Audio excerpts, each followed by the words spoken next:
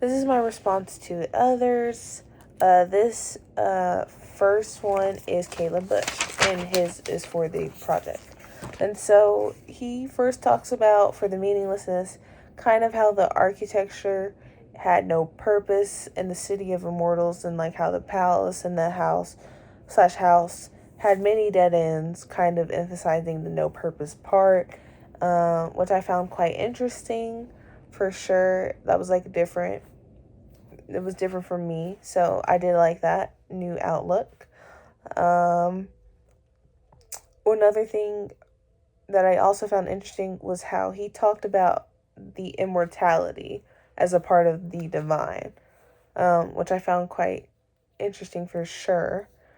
And then, piggybacking off of that, he said at the end was like the importance of the divine is what Borges was trying to kind of talk, like trying to give, like the message he was trying to talk about in his writing. It was how important the divine was because of the immortality. Because the immortality is the divine, right? Which I found quite interesting also because you could have argued both with that. If you think like that the immortality is the divine, then you could have said, yes, the immortality is also meaninglessness, but also divine.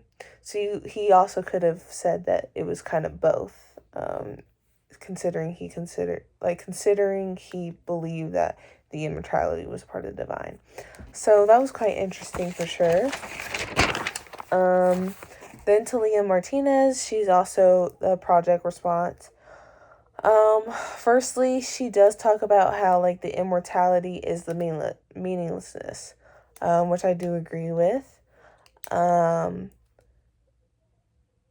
And how that in itself is also beyond human understanding, which you can then argue about how it's also divine. And then she also talks about how with immortality, one loses individuality, kind of uniqueness. Nothing is precious or special when life it never ends. Kind of that, and I do agree with that. I feel like the divine part, she talks about the city of immortals and how that in itself exists, as well as like it was created kind of in a way beyond human understanding / comprehension, which I did like that. And it was quite interesting, but also I do agree. Next also was how she said death makes life precious in kind of meaningful, kind of hinting back at how immortality is meaninglessness.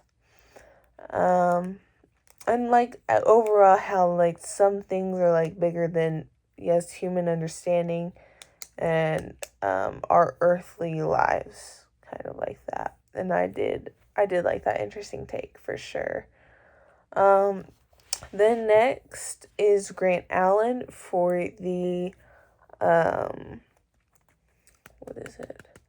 For Las Meninas, and I think we both had the same view kind of, which was like this video really did not help the both of us with understanding the painting. And I think we both kind of hinted at it in our videos, because when I watched his, I was like, oh, this is kind of like what I talked about, which would be like the video was mainly about her life after the painting was made, considering that, yes, she was 5 when the painting was painted. So, like, it was kind of not relevant to understanding the painting. So, I think we both agreed on that. And then next was Zatoria Elliott. Forgive me if I'm saying that wrong. She did say as well that this video did not help with our understanding.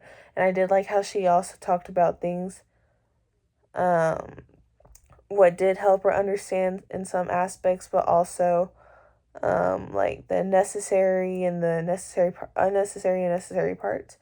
For one thing, she did understand why the Infanta was the center of the painting, which would be because she was the first child of King Philip and his wife. So that's something, and surviving, that is. And then she felt that the many meanings, like, at the beginning of the video was unnecessary, which I felt was quite interesting. I feel like that would be kind of necessary to understanding then, like, just emphasizing that part. Since it is biographical, you want to make sure that your audience knows that there are many meanings to the painting as like an intro, but I felt like that was necessary. She says that the part about the candy was unnecessary. I would have to agree. Kind of, like, it was just like a cute little interesting fact, I guess. But to be fair, it was also it was unnecessary to understand the painting, that is. But for the video itself, I mean, it kind of was like one of the only things that you get to hear about the princess's life, like during the time of the painting, when it was probably being painted, like when she was a young child. And then she feels like the video should be more about the Infanta,